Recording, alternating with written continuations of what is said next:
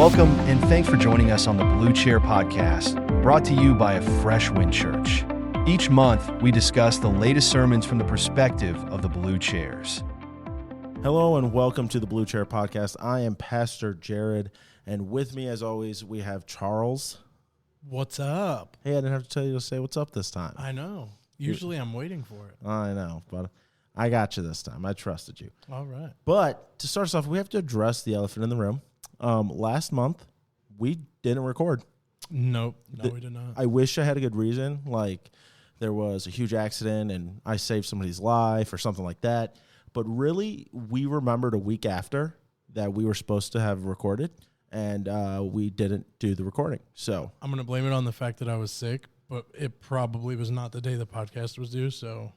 We'll say we were sick. That's what we'll go with. We were sick. But this month, we got something special for you. We have with us today Caleb Leakey. Say what's up. What's up? If you do not know Caleb, that is probably understandable. He's actually relatively new to the church. You've been coming here 2-3 months? About a month now, actually. About a month? Yeah. Oh, wow. I thought he's been here a whole lot longer. But Caleb is kind of a child prodigy in my eyes. He's 17. He has graduated from high school already, but he still has one more year of eligibility with the youth group. So we're like, you know what? You can come hang out with us. But he has honestly impressed me with taking notes, being at church on Sunday morning and taking notes. I see him in there doing that, volunteering for pretty much everything he can. And so when me and Charles were discussing who we could bring on the Blue Chair Podcast, who's unique, who we haven't had on before, Caleb's name came up. And so we figured he'd do great on here, and I'm sure he will. But this episode, we're going to talk about the Grow series. We've all acknowledged. Did you say grow or gross? Grow. All right. It was a Grow series. It was just disgusting through and through.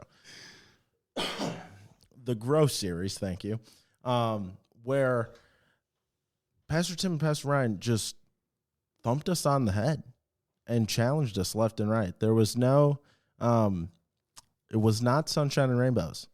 We were discussing that prior to starting the recording, that there was, it was a little bit ambitious. Caleb, you mentioned it, that it's not something pastors typically do. Nope. A lot of pastors usually are like, hey, this is the way to heaven. God loves you, has mercy on you, which is all true.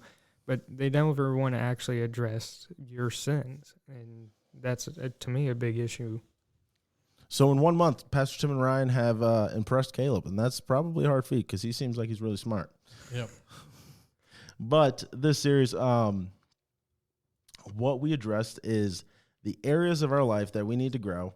And in 1 Peter, where we are called to rid ourselves of some things, and they are addressed in 1 Peter, and those things are malice, envy, slander, deceit, and hypocrisy. And we all struggle with all of those at different times in our life. We might be better at one, right? We might be pretty good, and we may have had someone influence us who is a hypocrite, and you've sworn that off, and you're really good at not being a hypocrite. But there's probably an area in your life where you might start talking, and then you've said stuff, and you're like, wait a minute, I've just sat here slandering this person for 10 minutes, and I didn't mean to. Some of these things are pretty easy to fall into. Envy, like Thanksgiving, Brian nailed it with that, where we're so thankful. Yeah. And then we're just going to go buy everything we can. Just no holds barred. There's a new iPhone out. We need it, and we need it cheaper than the next person. Yeah. And so this series is one that, regardless of who you are, pastor, layperson, man, woman, child, adult, whatever, you're finding yourself convicted by this series and called to live a better life, because our goal here is to grow closer to God. And if these things are keeping us from growing to God, we need to address them. And so, without further ado, without me rambling anymore, Charles, get us started with the first point. What do you want to talk about to start off? Honestly, looking through my notes again here, I think one for me, it was the fourth one in the series about slander. And I know Tim got into it a lot deeper, but this is something me and him talked about when I did the Ministry 101 class. and even talking about, going to school for chaplaincy is realizing that you're now going to be looked at in a different light. And not that, everybody shouldn't keep slander from their mouth, but even people moving into ministry, even on another level, really have to pay attention to that. And I think it's being exposed more in my life in general, just because it's so easy to think you're just having a casual conversation about somebody, and how sideways it can go really fast, and being able to pick up on that. I know it's something for me that I've been convicted on it more and more recently. And when I find myself in those conversations, for me, it starts to become uncomfortable, where I don't want to be involved with it anymore. And I've personally been trying to point it out even to others in the middle of the conversation, like, probably shouldn't be talking about this. Yeah. But for me, it's a hard one, because I feel like this is something for the longest time we've all been so comfortable with, that we don't understand the damage that it's really doing. Not even just in our conversation, but if it gets back to that person or to the wrong people, then you can ruin someone's whole life just by saying the wrong things. So, and I think it's important to note that when we're talking about slander, there's the understanding that slander is things that are false or embellished, right? We have, we start talking about someone and we enhance the story to make them seem like more of the bad guy. But I think it's important, like in this context, it doesn't need to be like the true sense of the form. It could just be you're talking about somebody, you're running your mouth, and they're unaware of it, and you haven't addressed it with them, and it's unproductive, and that's just going to hurt relationships. Ryan talks about your influence bucket. Caleb, if you haven't heard, Ryan has a great analogy of an influence bucket. I think Tim taught it to him, where we all have an influence bucket, and we're slowly adding influence to it, right? Every time you do something good, every time you hold the door open, every time you greet them, every time you remember their birthday, we're adding influence. But when we get caught slandering and running our mouth, and even if we're just frustrated and we're blowing off steam, if that gets out, if people talk about that, if they walk up behind you, you're just stabbing the bottom of your influence bucket, and all that influence you had is gone. And it's really hard to patch that up and refill it. And we as Christians need to have influence. We need to have people believing, and we need to be the person that people believe we are, but we need people to believe that we are looking out for them. And that if we have an issue, we're going to go address it and have that conversation, even if it's a hard conversation. And slander just ruins all of that.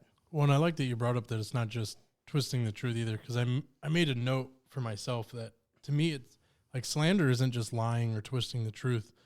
The quote that I don't remember if it was Tim or Ryan that told you, I think it was Tim, that everything said should be true, but not everything true should be said. And based on what you told me, like, I look at slander not just as lying, but you're harming someone with speech that God didn't tell you to share. So that goes back to the whole everything said should be true, but not everything true should be said. So just because someone comes to you with something, whether it's true or not, like, if you were never told to go forth with that information, then why are you? That could be information that wasn't meant to be shared to the world, or whatever the situation may be.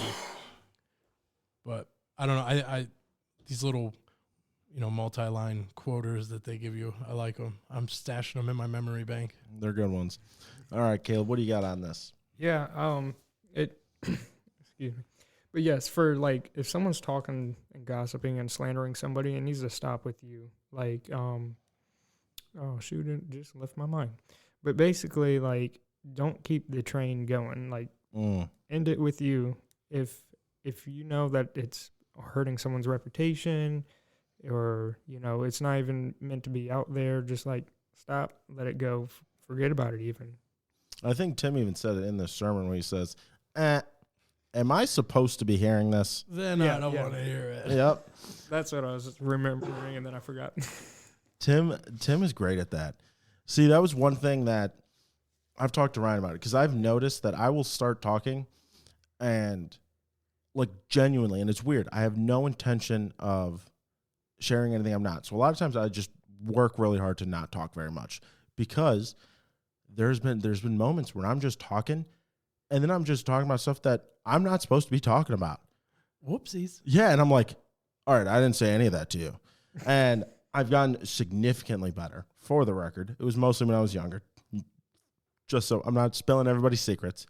But there was one time, Tim, middle of me talking, he's like, we're done talking. And I'm just like, thank you. 5 minutes later, I was like, I'm an idiot. And Tim's great at that. Props to Tim.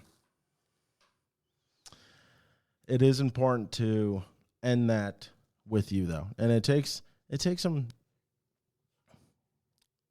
Courage, some wisdom, some of those things, like the good qualities we need to kind of be self-aware of what's happening here.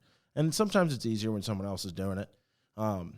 But especially when it's juicy. I mean, look at us. We have so many different sayings about it, like spill the tea, like what's the word?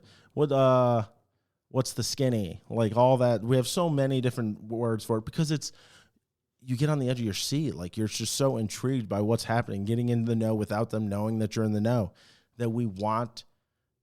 It's dopamine. Yeah.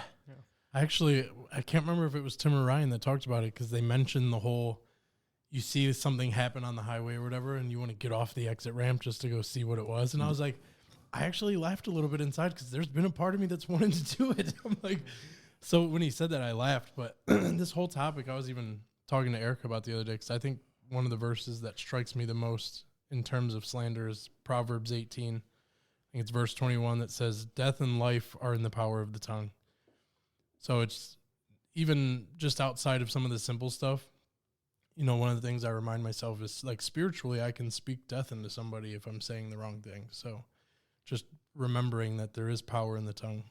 Yeah, and that branches out past slander. Yeah. Like, are you just mean? Yeah. Are you cruel? Are you you could be right, but you can also just be annoying. Yeah. Are you trying to say something to me right now? Yeah, I'm looking right at you. Like, you can be right, but you can be annoying. Like, you could be right and you're mean. Have you ever had anybody tell you the right thing in the worst possible way? Oh, yeah. Yep. Just anybody at this table want to listen to that advice? No, I don't. I'll see you next week. Yep. It's like, you're shooting yourself in the foot at that point because you know what they said was right. But you're just so annoyed of how they said it that you're like, you know what? I'm going to do it anyway. Yep. It's just what I'm going to do. Oh, man. It is. We've moved past slander, I think, a little bit at this point. But we're just talking about what we say as Christians, how we say it as Christians is so important. And it doesn't even matter if you're talking directly to somebody. I was at work today, and the guy was getting in his car, but he was like, F this, F that. I'm like, dang, bro, you don't have to do all that. I get you're not talking to anybody specifically, but even those who are just generally around you, it matters what you say. It does. We need to guard our tongue. Tim has a note in here. Talked about Ephesians 4:29. No foul language should come from your mouth, but only what is good for building up someone in need, so that it gives grace to those who hear. That's a perfect point. If you're getting in your car, you're angry, you're throwing out cuss words, you are whatever, right? You're angry, and you're by yourself, and you're muttering them to yourself. There's no one around. Your kids aren't listening. Your parents don't hear you. Are other people? Is yourself hearing it? Is yourself hearing? Is God hearing it? I was just about to say, are you ever truly alone? Like, when you allow your tongue, when you allow the situation at hand to consume you so much that you are out of control of your own speech, you have given up all ability to draw closer to God. Maybe it's for that moment. Maybe it's for the next hour. Maybe it's for an extended period of time because you've screwed up bad. But when we have that control, when we have the ability to say like, I'm really frustrated, so I'm just going to choose to keep quiet, and I'm going to turn on some Forrest Frank in the car. Just the poppy Christian that is just going to get me in a happy mood so I can stop thinking about the thing that is just driving me up a wall. We have regained that control. We have regained our ability to speak and to have wisdom because emotions are normal. We need to address that. Emotions, God gave us all the emotions, especially the emotions when we're super angry. Yeah, but what do we do with those emotions? Exactly. And if we allow slander, if we allow our tongue to get loose, we're going to. Ultimately, for myself, too, when I find myself in those moments, I used to, years and years ago, I put way too much faith in myself to be able to regulate that versus laying it down to him. And I think the sooner I went to him with it versus trusting in myself, the more I can see myself overcoming them in those situations. Still not perfect. Still have my outbursts every now and then, but it's definitely a lot easier when you stop putting trust and faith in yourself more than you are God. I agree. Yep. Let's talk about envy. Ooh. Juicy topic. Juicy. Envy is a difficult one. I think envy is so difficult because you're not always wrong. You're not. If you get passed up for the promotion and someone else gets it, and maybe they don't deserve it, just on paper, they're not the most deserving of it, and you've worked the overtime, you've got maybe the degree, you've done all the things you're supposed to do, and you don't get it, and you allow envy to start producing, and you allow it to fester. One, we're going to hit the next topic. If we allow it to fester enough, it's going to turn to malice. But that envy is going to prevent us from seeing what God is doing in our lives. All the good things that God is doing in our lives. Yes, we didn't get that thing. We didn't get the promotion. We didn't get the job we wanted. But why is that? We don't know everything that's going to happen if we had that position. There's been 1,000 jobs that I've been passed up on. There's been 1,000 ways that I could have made more money, done different things. But what am I trading in for that? Yeah, I was reading a quote earlier that really made me stop and think, because it was about Saul and David and how they're sitting at the feast and Saul can't even look at the blessings he's been giving. All he does is stare at David's plate. So I think about my own life and I'm like, I have all these blessings that God's put before me. And how many times do we catch ourselves looking at someone else and saying, man, I really wish I had that, versus just paying attention to what's already been given to you and being thankful and everything for that. But we're so far into this, like, envious of everybody else. I want the bigger truck. Oh, so-and-so got how did he get the bigger truck? And I still got this little truck. But when I read that about Saul and David, it really made me think about looking at what God's given me and the grace that I already see in my life from him, instead of looking at everybody else's life. Oh, yeah. Yeah. I mean, even like envy can especially like hurt others, not just yourself, because you're going to start chasing those things and what other people have, and you're going to end up leaving your family and your friends in the dust. You can. A great topic. I remember probably, I don't know, we've been married 9 years, so probably year 1 or 2 of our marriage, I noticed, I got married to Allison when I was 19. Best decision, one of the best decisions I've ever made. About 2 years in, it's like, we're doing grown-up things. We bought a house.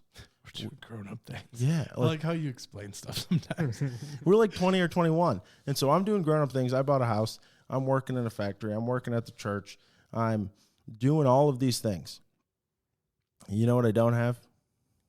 The time to go out and hang out uptown Amherst. I don't have the time to go and hang out with all the buddies. I don't have the funds to go buy a motorcycle or do these different things that sound super cool and I really want to do, or go to the gym every day and so I can look really great and have muscles that I would probably have given up on at this point, like just contentment with I'm okay now. But I'd see all those things that everyone else had, and I'm like, there was always just a little bit, just in the back of my mind every once in a while, and I've talked to Allison about this, so she's aware, she won't kill me, that it's like, I got married at 19. Did I cash out too quick? Like, and it never festered, it never got big, but it would always just like poke. It was like Satan just pushing, like trying to plant the seed. And I just struggle with it left and right. And now we're 28, and I'm comparing my life to the lives of, not always, but like I'd see something on Instagram or Facebook or something of people my age, and some of the guys that I would look at, I'm like, man, you had it all when you were 21, and now the bank's come to collect, and you're struggling. You're really struggling. And I see those things, and I'm like, thank God that I was able to push back on that envy, that I wasn't able to allow that to fester, and to me throw something away that could have been something, because like you said, envy doesn't stop. I think Ryan points out that it's a bottomless pit. There's no stopping it. Once you allow it to get a hold of you and you allow that to fester, it's going to become something where you just want more. You just want more and more and more and more and more. Maybe I stretch the family and I buy the motorcycle or the new thing that I want right now and get us in a little bit of debt, and it's totally fine. I mean, we just took financial peace, and we saw some of the situations where people have gotten themselves into because they wanted the more. That could have ruined my marriage. That could have put us in a situation that it's hard to fix. Yeah. And I was able to kind of push back on that, thank God, because a lot of the situations where I'm seeing now, where people that I was silly and compared myself to, I am happy that I'm not in some of those same situations, that I'm not, that I didn't go hang out at Uptown Amherst. I've got countless people that I know who have gotten themselves hanging out uptown too much, gotten themselves drinking too much, gotten themselves getting into harder things, and they end up overdosing. Yep. And when we see on Instagram or Facebook the life that looks perfect and they're having all kinds of fun, we think it's all sunshine and rainbows. There's always something. Yeah. There's always another story. Oh, yeah. But without the discipline, it's all different. There's so much that can go wrong. And so one of the things that I've noticed that I was envious about was that I had that discipline and I didn't have that freedom. Because when you're disciplined, you inevitably give up some freedom and you give up other choices. You only have so much time in the day. And, man, I don't know. I'm ranting at this point. Someone cut me off. Yeah, what about you? I want to hear from the younger generation. What are you guys envious about nowadays? Well, I'm not too into what most of my generation is into, but from what I've seen, a lot of them are still like envious about, who's got the best looking Fortnite skin, or who got the most kills on the games, or who's got the best, shoes, because they still do that. Not like they used to, but they still do that. Who's got the most talent, I think, is especially with football going on. And it's like, so there's this never-ending comparison just with each other, from, online playing on games to sports to, even in band, like, man, if I could play the trumpet like he could, or if I could play those, like, instead of being like, man, God gave me the skills that I have. And it's like, it's going to ruin you if you don't catch it, because you're too focused on what others have and you're blinded in the present day. I think I liked what you said, using the skills that God gave you. More often than not, we look at, we can be so envious of spiritual gifts. Someone can do something that's more, I don't know, like in the front of the church, more visible to the church, and people want that. Like, man, I'm if you guys didn't know, I am an atrocious singer. All right, I'm not good. I mean, I can see that. No, yeah, it's not great. One time we sang Happy Birthday, and I was new at the church. I was here like 2 or 3 weeks, and Ryan just leans over and goes, "Wow, you chose a different key, did you, Jared?" And I'm like, I don't even know what a key is. Yeah, you talked about that at youth group. Yeah, oh, man, it was so bad. But you see someone like Teresa, who's a wonderful singer, and you're like, man, I wish I could sing like that. I wish I could do half of that, playing the guitar and singing and doing all those things. That's so awesome. And when we see these, like, when we get stuck in that, where we're just like, I wish I had that spiritual gift, or I wish I could serve the church in that way, we completely miss out on the verse that tells us that there's different parts of the body. And if the eye chooses, doesn't want to see, then we're blind. Yeah. And clearly I'm paraphrasing, but we miss out on what we bring to the church. Maybe you can't sing. Maybe you're like me. But, man, you can hang out and have some fun with youth group. And luckily you marry a wife who can sing really, really well, and she'll lead worship for you. God has a plan for us in our lives based on the gifts that he's given us. And if we're so obsessed with someone else's gift and we allow that envy to grow and we're pushing so hard to do that thing, we're going to miss out what God really wants us to do. Yeah, I'm actually extremely grateful that God has exposed my weaknesses early enough that I know with 100% certainty that like standing up on that stage every day is not the gift I was given. Like I know the field I'm going into will put me in the spotlight in certain situations where I am kind of in the forefront, but that's not an everyday thing. And I can acknowledge the fact that I was not built to be the one on stage every day. And I'm okay with that because I get uncomfortable with certain situations very quickly. Yeah. And I think, it definitely becomes easier as you can acknowledge that you're not going to have the same gifts as everybody else. Oh, yeah. Let's talk about everyone's favorite topic, malice. I hate you. I'm joking. Goodness. Came right off the rip. No, he's not. I felt it. All right, so malice. Tim kind of makes a good point that it's not just not being someone's biggest fan, right? As Christians, we're allowed to be like, I love that person. I want the best for them, but like we're not best friends, just in general, right? It's not that we don't get along. It's just that we're not besties.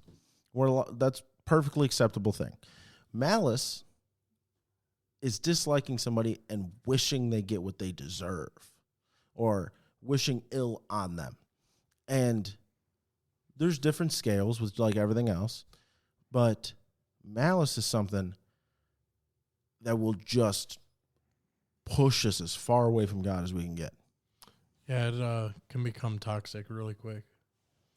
I think you're on a slippery slope once you start assuming that God needs your help judging anybody. So it's I don't know, it really does suck because it is one of those things where it's like you could be in a situation and it's not even like you went into it with the intention to be that way. It's like that dark little quiet whisper in the back of your head telling you that you really hope they get what's coming to them or whatever else. And it's not something that you, like I said, it's not like you went into the conversation wanting that to happen, but it's so easy for it to creep in the back of your mind. But it's also, to me, it's that, like I said, it's that slippery slope, just assuming that we're equalizing ourselves with God when we start casting judgment on people. I actually caught myself the other day with that. I was playing a game on Xbox, actually, and this kid was basically, like, angry that we weren't playing the game right. And I was like, I shouldn't even bothered with it. I should have just said whatever and let it go. But I budged in. I was like, I'm sorry I don't spend all this time on Xbox like you do. And then it went off from there. But after the fact, I realized, I was like, man, what was the point of getting angry at that for? Yeah. If that's your version of angry, I'm sorry. It intimidated me there for a second. I've gotten a lot more angry at other things, but that was just a recent one. So. No, and I get it. I mean, it's hard when you don't realize it till afterwards too, because then it kind of eats away at you that you did it, and a part of you wants to make amends for it or whatever. I mean, depending on the situation, I don't know. This is a hard topic. Well, I think when we talk about malice, we're going to talk about everyone's favorite topic, politics. I don't want to talk about that. Everybody just clicked off. I know. Everyone just signed the least up. favorite topic. I think politics is where we as people in general, like not even just Americans, people. I think America is a great example, but people hold the most malice you can imagine when it comes to politics. Yep. Like all sides. Not just Republicans, not just Democrats, all sides. The crazy things that people said about Joe Biden and the crazy things people say about Donald Trump, and not just maybe what they did or maybe what you believe they did, but like just just not constructive, just hateful things. And it's like, look, dude, you don't have to agree with them. You don't have to think they have good intentions. You could think that they should not be president, or they should not be the senator, or they should not have won whatever race. But we have become so obsessed with politics and just so toxic. I know it's overused, but that's really what it is. It's like the old VeggieTales, where it's the envy root that has grown into a massive weed, and it is just consuming us, that we can't think straight. Yeah. And then what happens when we have the opportunity to wrong the other side? We're going to take that in a heartbeat. We're going to throw our character right out the window, because they're going to do it, and we have to get up first. Like, we have to get above them. And it just leads to chaos. I liked what I can't remember what class it was in, but Tim talked about it was less about malice, but I mean the whole act of if someone does wrong by you, having true forgiveness. And when I think about malice too, I also think about releasing people in terms of forgiveness, because the way Tim explained it was like you're in a rowboat, but you have a motor that's going in reverse. So you're sitting there trying to row forward, and all you're doing is going backwards until you give out that true forgiveness, because it's just weighing you down. You have all this stuff piled on you that eventually leads into malice. But until you give out that true forgiveness where you no longer hold, debt on somebody, ultimately you're not going to move forward in your faith. You're not going to move forward in your walk, because you're holding all this baggage in that just needs to be released. And even I related to that, with events in my life where I just refused to forgive certain people, and it just built up, and I was angry all the time, and I was just wishing that, they would get what they gave me. And ultimately I was stagnant. Like, I wasn't moving forward. I was just drifting farther and farther back until I could actually, release them of that debt that I was holding. Yeah. And it's important to, we say you can't move forward until you get rid of malice. The reason we say that, and the reason it's true, is because if anyone has the right to malice, it's God. We have all done terrible things, just completely disobeyed God in a million different ways. And if there's anyone to say, you know what, you've gotten what you deserve, have fun in hell, it's God. Yeah. No question asked. And so when we have decided that we need to be, how do I want to word this, that wrong needs to be righted, and we're not okay, we're not content until it has been, yet we're going to go to the creator of the universe, who has every right to have malice but has chosen to have none. How can we reflect him?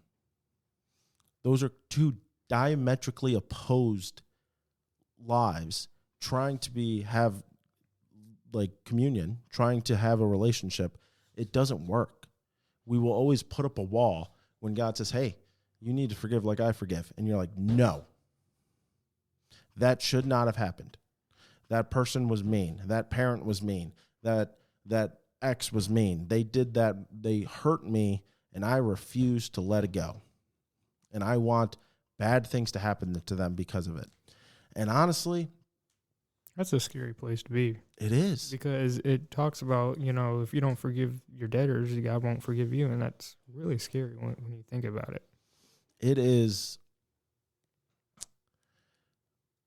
hard to forgive somebody when you are right. It is, for sure. And I've had it, in plenty of times in my life, especially with an ex. It's like, I'm right, but I was like, you know what, I need to let it go. Yeah. When we have people who have hurt us, and we are justified, just objectively justified to feel hurt and to have, to want there to be, how do I word this? That we're justified in our hurt, and then we take it to a step far, and we want it to be even. We want to settle that score. Mm-hmm. It doesn't lead to anywhere. Especially I think of parents who have wronged us, and there's sliding scales, right? And objectively, we need to point out, I say this to the youth all the time, there's situations that you can forgive, but you need to create distance still, right? Having boundaries is good. We don't just let people have a full scale, whatever they want from us anytime they want. if they're hurting us in any way, we need to be protected, and we need that distance. But when we're adults and we're mad at a parent who was a crappy parent, we're preventing ourselves from drawing closer to God. And that's the truth. And it's hard. And this is coming from somebody who has struggled with that same area in his life. And so I say that with an understanding of the situation. All right. But we need to have forgiveness. We need to be able to see that, hey, what happened is wrong, objectively wrong. But I want to draw closer to God. And if I refuse to be more like God in this area of my life, I'm always going to stunt my growth to God. And we have to choose to draw closer to God as Christians. Christian means little Jesus. If we're going to be little Jesuses running around this earth, we have to be like God. And sorry, I didn't know you were. I'm ranting. I'm on my pedestal. No, I just bro. wanted to piggyback off what he said too. Is that what's that verse? To lay your gift at the altar and go and give forgiveness to your brother before you can come back. And I think about, what you were just talking on too, is like going through those moments, actually some with my parents, is how can I bring a gift or even come to God and say that I'm doing it in a loving heart if I have hate and resentment and anger, whatever, towards a brother? Because how can I be in a true loving heart to God if all that stuff's residing in there? Like, I have to let that stuff go before I can fully surrender that to God. And that's the point that we're making, that it seems like you're going to tell yourself, if you're somebody struggling with malice, if you're someone who is living, coming to church, doing all the right things, but you have malice embedded deep in your heart, God doesn't want a double life. God wants you. And that doesn't mean God gets you when you are choosing to be happy and you're ignoring the fact that that thing happened, or that you really want that person to suffer. You're living a double life at that point. God wants you and the genuine you. God knows you. Every side of you that you think you're hiding, God's aware of it. That's a great segue into deceit and hypocrisy. All right, let's go there then. You're like, Jared, you're ranting. Move over.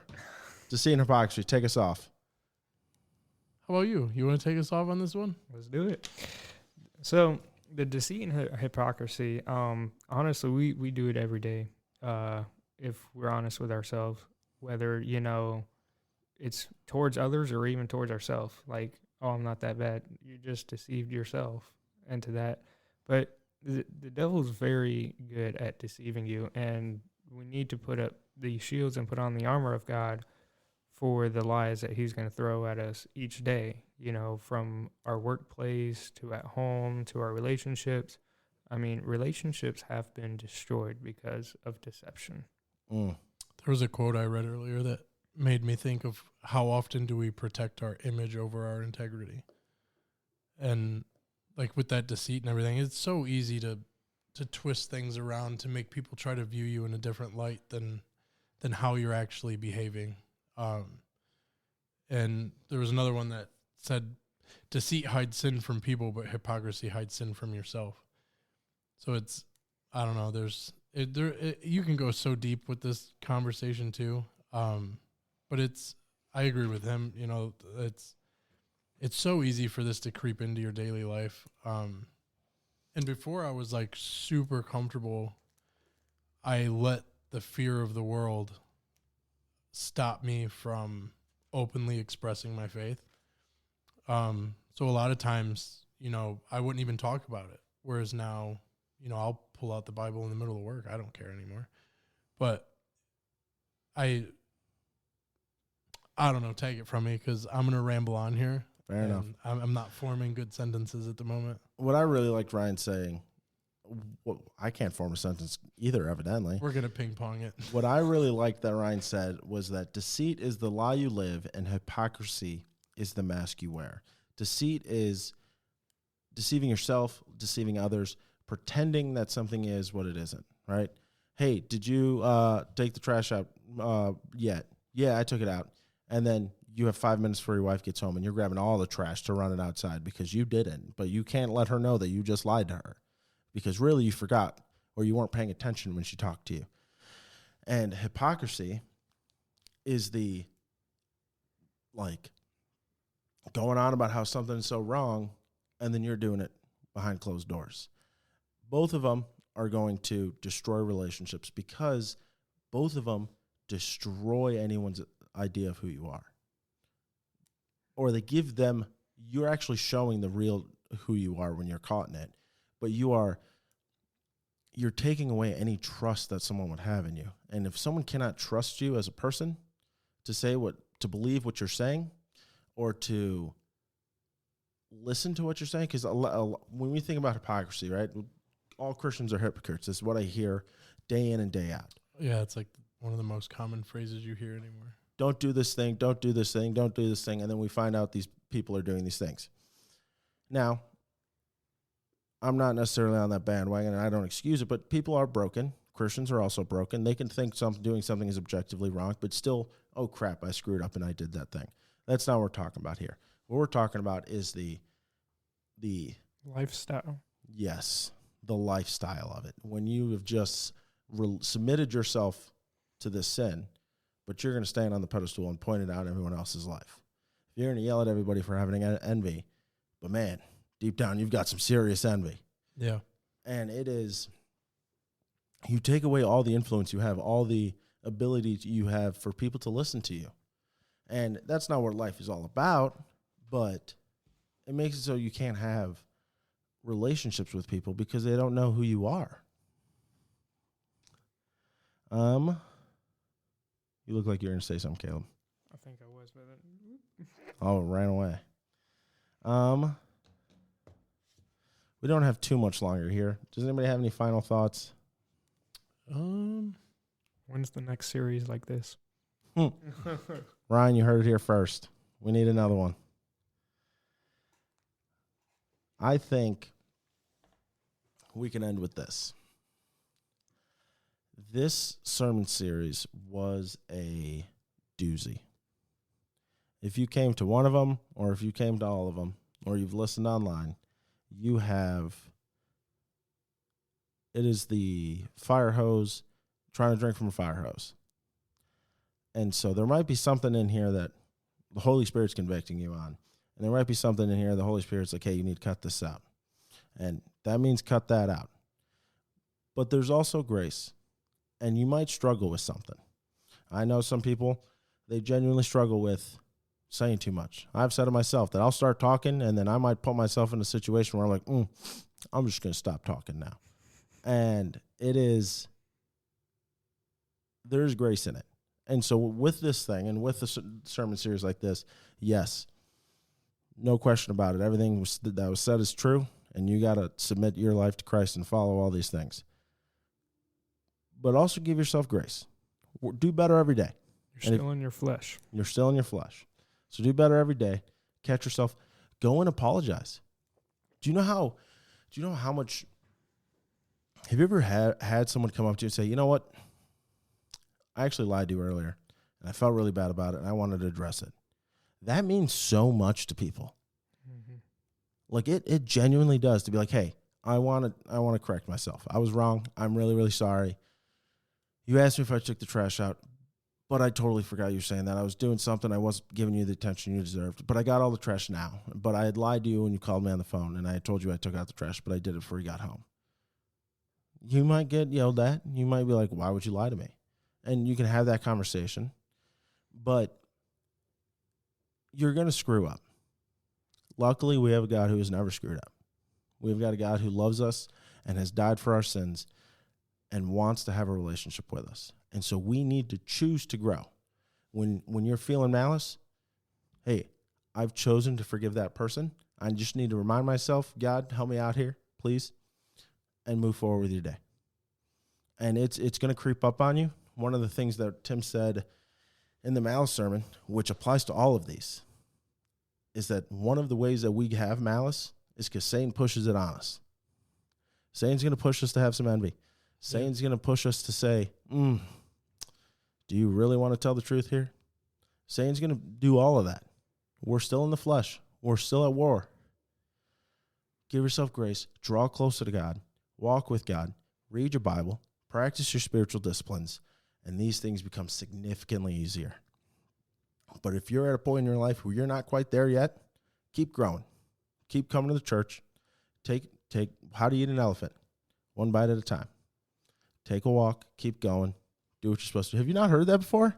An elephant out of all animals? I just really liked his reaction to that. Caleb just rolled his eyes and laughed off mic because he thought I was so crazy. That is a common saying, I'm pretty sure. I've never heard that. You've never heard that. But an elephant out of all animals? Because it's big. I mean, I get it, but like, You who look at eats this an elephant. No one eats an elephant. I don't know. Maybe people do. But it's like you look at this feat that seems so massive and so difficult to do. How do you do it? One step at a time, one bite at a time. You just move forward a little bit every day. That's my point here.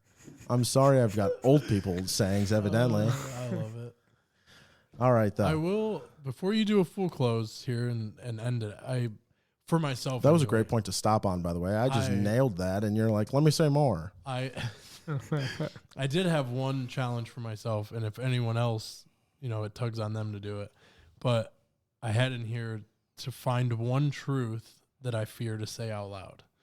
And whether it be I need to take it to that person or to God, I need to do that. No, keep in mind. Because I think that really does tie in with all of these in one way or another. So I'm just saying, this is me. It's a challenge for myself. If anyone else likes it, feel free to do it. Keep in mind, everything you say needs to be true, but not everything true needs to be said. Yes, we already talked about that. Yes.